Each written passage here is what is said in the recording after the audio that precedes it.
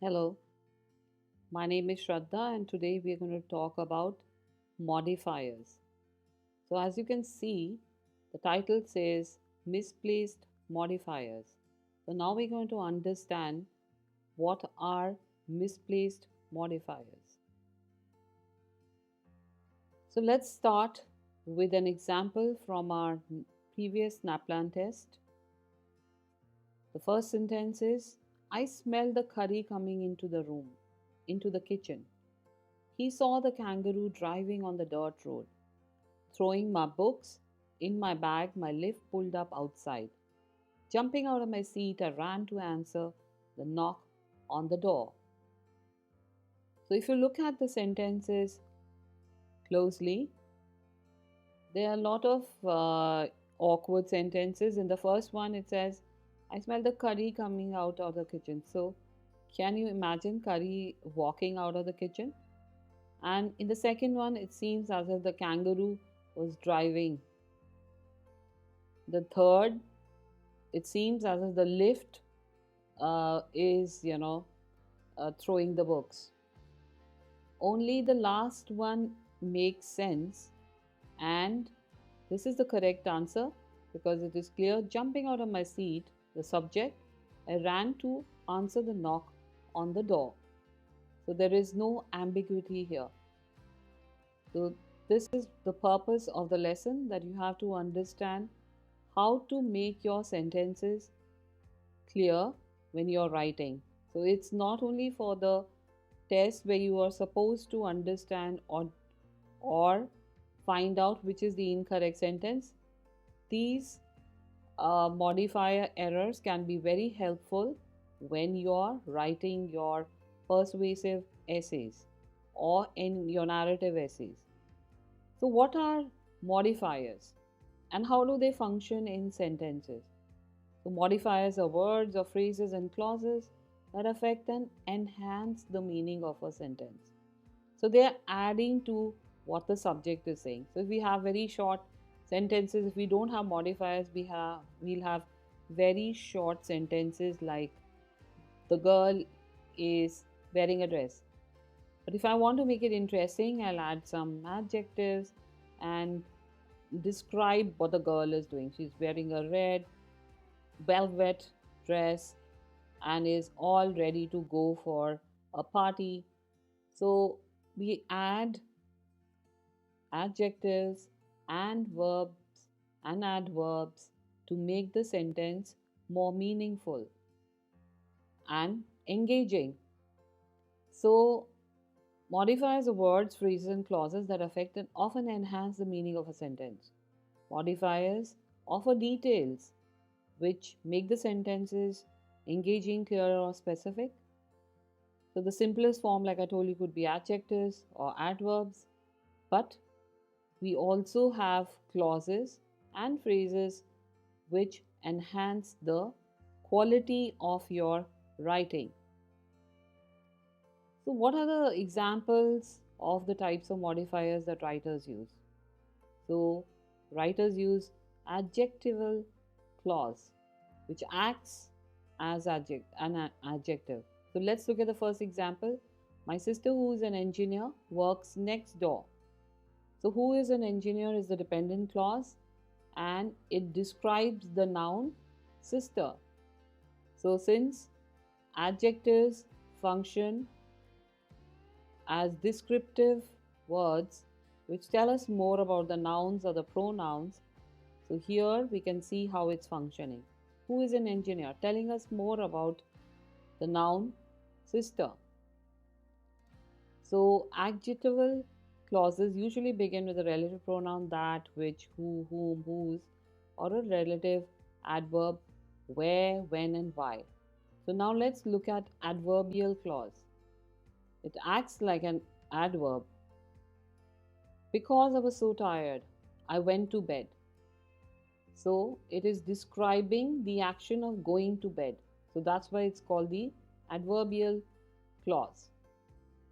This is the background, and now let's look at how, if these clauses, words, and phrases are misplaced, can make errors. you'll see that you've written something wrong, which may look correct to you, but the reader knows that it's a little clumsy or awkward. So why worry about making sentences clear? Because we want to communicate effectively with whoever's reading our piece, and to make writing persuasive and interesting, to show credibility and authority as a writer. The reader should know that you know the grammar rules and you know how to apply them. So today we're going to cover two topics: misplaced modifiers and dangling modifiers.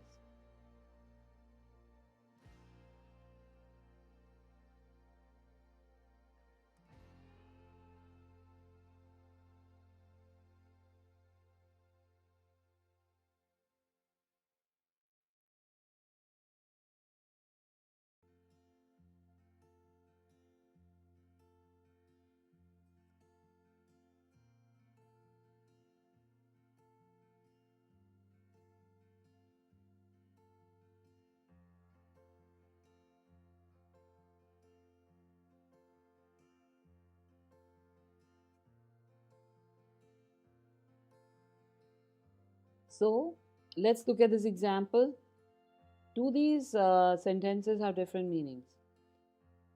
We have one phrase which is being placed in different positions, and it changes the complete meaning of the sentence. The dog, the dog under the tree bit Jack. So it's talking about the location of the dog, that he was probably there under the tree and Jack was passing from there and he bit him. Then the next sentence, the dog bit Jack under the tree.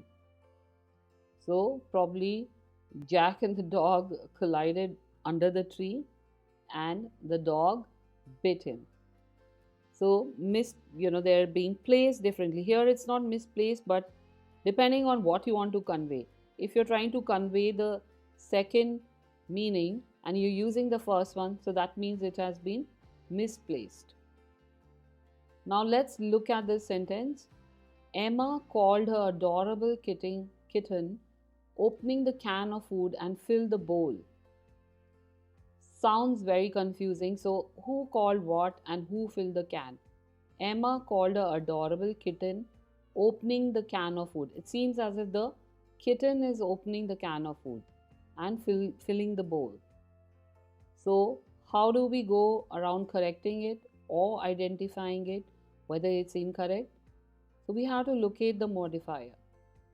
So what word does it describe, clarify, or give more detail about? Where should the modifier be placed?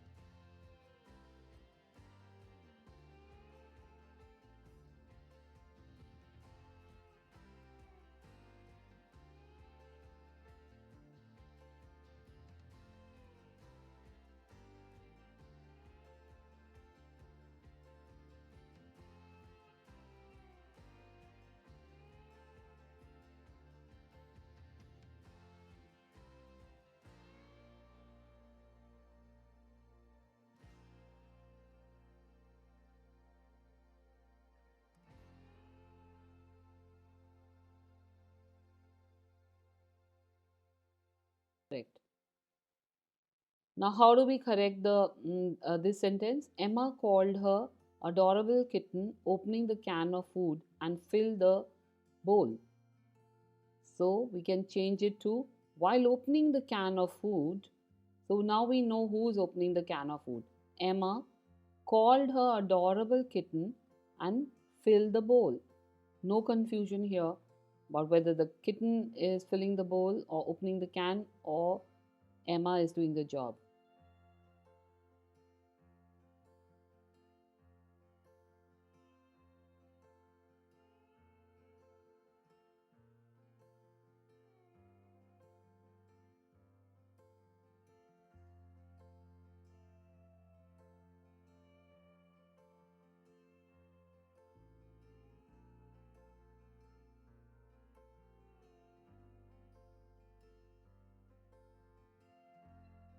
and see how they make all the difference.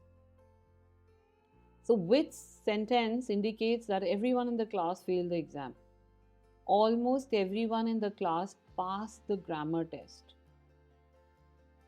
So, and the second one says everyone in the class almost passed the grammar test.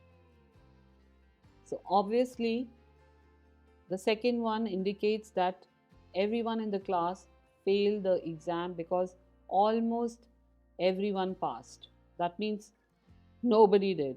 Okay.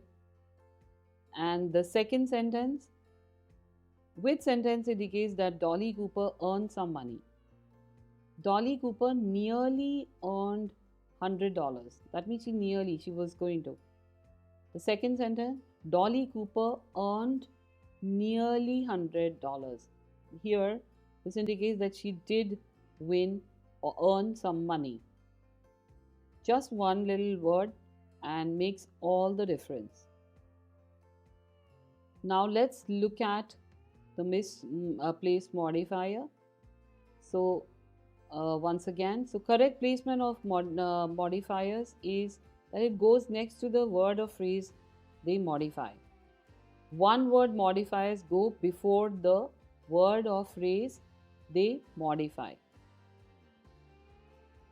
Let's look at the second part. The second topic is dangling modifiers. So if you know the meaning of dangling, dangling means that just hanging around somewhere. So the previous one was misplaced, that instead of before the subject, they were probably after, and they created the confusion. In dangling, they're just hanging around somewhere and lack complete clarity. They're there, they're awkward, they're not perfect. And I've seen a lot of people writing incorrectly because they are not using the place allocated to the modifier. So a dangling modifier does not modify anything in their sentence. It's present, but it's just dangling here and there. They often occur at the beginning or end of a sentence and are indicated by ing verb or a to plus verb phrase. So let's look at this example. What is the modifier modifying? Having finished dinner, the rugby match was turned on. So here we don't know. What is awkward about this sentence? We don't know who had finished dinner and it's like sort of incomplete. Doesn't give you the complete picture. Now, how to fix a dangling modifier is to identify or attribute a subject. Having finished dinner, Jude turned on the rugby match. So we have a subject who's actually doing something. It's such a relief. Now we have clarity that who's acting. Second one, so the first one is name the appropriate doer. Who is doing the action? Second, place the subject of the action within the dangling modifier. After Jude finished dinner, he turned on the rugby match. Absolutely clear about who is performing the action. The third way to correct it is to combine the phrase and clause. Jude turned on the rugby match after finishing dinner. So, I hope you got it. Let's look at some more examples. How am I to correct the following sentence? Playing solitaire on the computer for 3 hours, Michael's paper was not finished. You do get it, but it is not the perfect way of writing and it will be considered incorrect. So again, we follow the same process. What is the modifier? What does it describe? Clarity or give more detail about. You need to insert a doer and where should the modifier be placed. Possible revisions. The first one is playing solitaire on the computer for 3 hours. Michael did not complete his paper. The second one gives us A little more clarity: because Michael played solitaire on the computer for 3 hours, he did not complete his paper. But I would go with the last one, a perfect example, no doubts and no ambiguity. Michael did not complete his paper because he played solitaire on the computer for 3 hours. So, to revise, dangling modifier often occur at the beginning or end of a sentence, often indicated by ing verb or to plus verb phrase. And how do we correct it? Name the appropriate or logical doer of the action as the subject of the main clause. Place the subject of the action within the dangling modifier. Combine the phrase and clause.